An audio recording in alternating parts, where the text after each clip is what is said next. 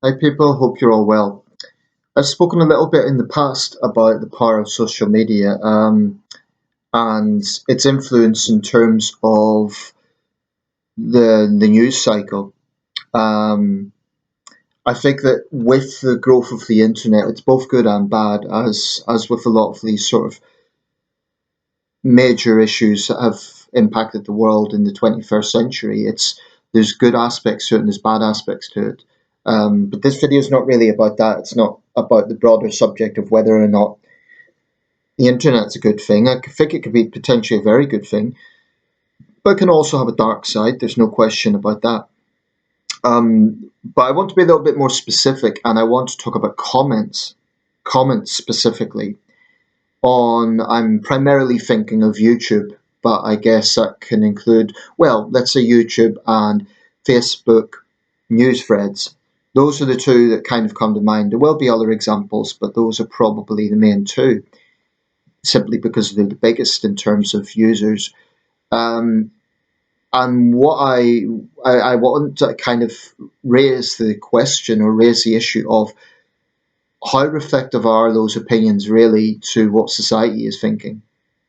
I mean, I'd make a comparison that is used in journalism. It's called the vox pop, where you get to kind of the journalist will ask some questions in a pedestrian street, about a given subject. Should the government ban smoking? Should uh, it could be any subject. Should there be an increase in rail fares for better services, or whatever the issue is, right? And the idea is just to garner public opinions. Now, the idea of a vox pop is something that goes, I think, almost as far back as television itself, broadcast journalism itself. You can see vox pops going back to the 50s, where the journalist, in those days, a very clipped BBC accent, asking children if they think there's aliens on Mars, this sort of thing. So it's an old trade in journalism, it's an old tactic, and it's still used. But with the rise of the internet, this has not been, it hasn't replaced the vox pop exactly, but we've seen comments, right? So there's a given story, and then you see a stream of comments appearing. Sometimes comments are blocked. Now, I'm very critical of news networks that block comments for the simple reason that I know sometimes there may be legal issues if it's a particular criminal case where there may be issues on that, but then it raises the question, well, why report it in the first place? If a judge has lifted reporting restrictions, then really there's no reason why the public can't have their say on it. Sometimes there are issues regarding anonymity of defendants, things like that, but I think if the press can report on it, then the public should be allowed to comment on it, within reason, short of naming witnesses and that sort of thing that might jeopardize a trial. But yeah, I don't like when you have these clickbait videos that's clearly intended to get people riled up, and then you look and the comments are blocked. Good Morning Britain's done it a few times, and a few other outlets have done that, at least on the YouTube page, maybe not the Facebook page. But I think basically let people have the view.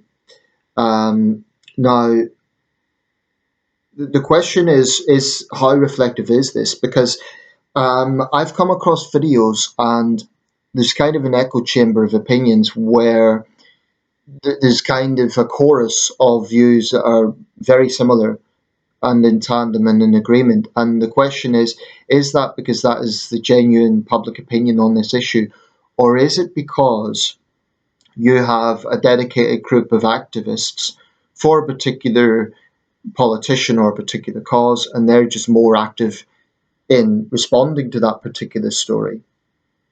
So rather than it being an actual reflection of societal opinion, it's just a reflection of people being more active. Now, my last video was on Jeremy Corbyn. Corbyn's supporters are very vocal, but that isn't a reflection of wider British society, because if it was, then he would now be Prime Minister and he'd have a government.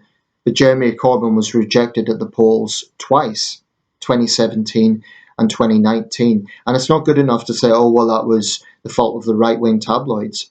because the centre left were also critical of Corbyn.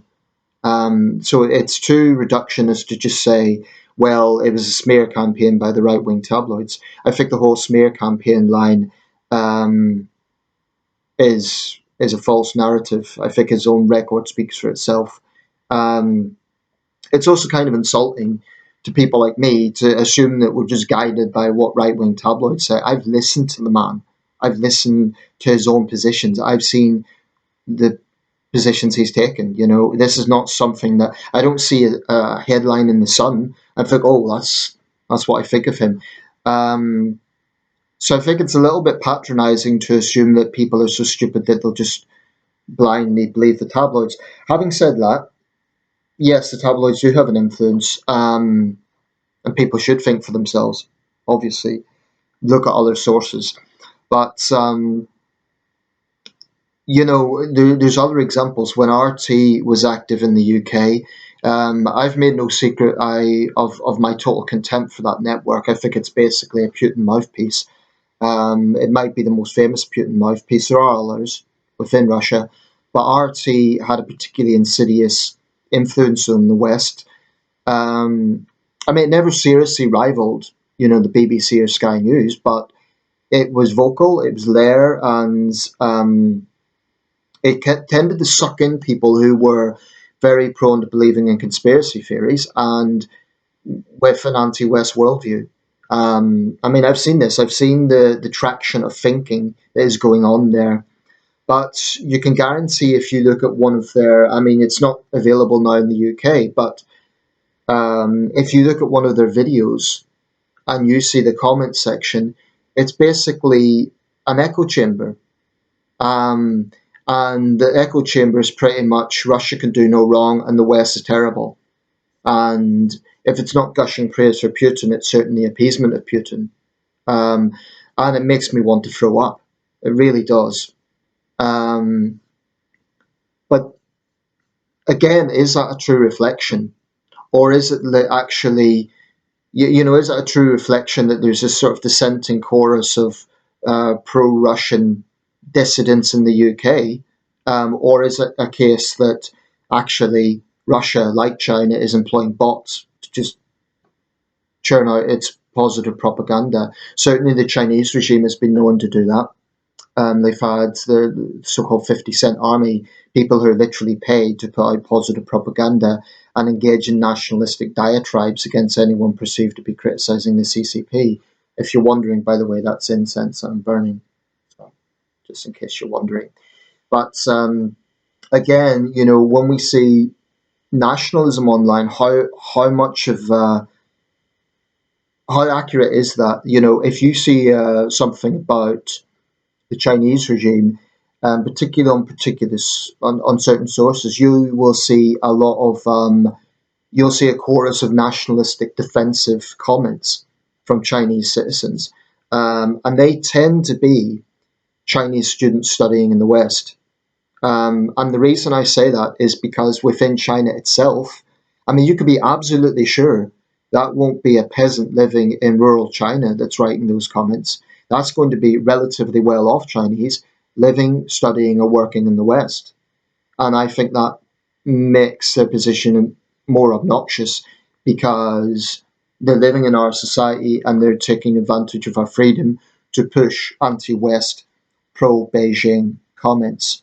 This is not to generalize. This is not the mentality of everyone. And, I'm always quick to add that point because I've worked with Chinese students and, individually I've got on very well with them. But that nationalism is undeniable and it's very defensive and it's very tunnel vision. And I think very disrespectful to the host nation. But, you can take any given issue and it can be, if you're on the other side of it, if you disagree and you see this chorus of opinions, it can be kind of depressing. Thinking, can people really be that ignorant, or can people really believe that? And it can get depressing. But I think what we need to remember is, let's say, for example, okay, let's just work with numbers a little bit here. If you have a video that's had, say, 300,000 views, okay, and there's maybe 150 comments, and 130 of those comments are of a particular trajectory, does that necessarily show the opinion of the 300,000 people who've watched it? I'm not sure that it does, because we have to remember not everyone comments. Probably most people don't. Those who have a channel like myself will regularly comment, and there's others who have an account and they'll comment. But I think a lot of people who watch YouTube videos don't bother commenting. They just watch it, and that's that. And they won't even show their opinion, so they won't put the thumbs up or the thumbs down. So the truth is, we cannot really know for sure. And simply watching a video isn't a guarantee of agreeing with it. I mean, I've watched RT videos. I've, kind of forced myself to, because I don't think you could criticize something if you haven't seen it. Um, but I've seen a situation where people will have liked a Facebook page, but not because they actually support it, but rather for the sole reason that it's easier then to comment and to criticize the particular group or the particular politician. So sometimes, numbers and thumbs up, thumbs down, all that sort of thing, it's not necessarily an exact science. It's not necessarily an indicator of how popular or unpopular something is. So I would say we always need to be a little bit cautious about that. The thumbs up, thumbs down thing may be something of an indicator. I mean, if I make a video and it's a controversial subject and I say that I've had more thumbs down than thumbs up, I don't necessarily think, well, my subscribers disagree with me. I think, well, that particular video has attracted people who disagree with me. And, there'll be others who agree with me and they just haven't seen it or they're busy or something. It's so I don't take it personally. I try not to. If I took that personally, I wouldn't be able to do this.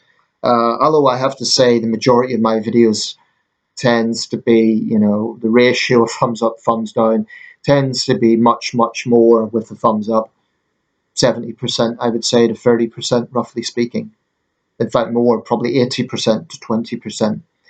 I must be honest. If I was always making videos and it was always the thumbs down ratio, and I was always getting 40% to 60% thumbs down, I would question, like, what am I really polarizing people or something? I would question that.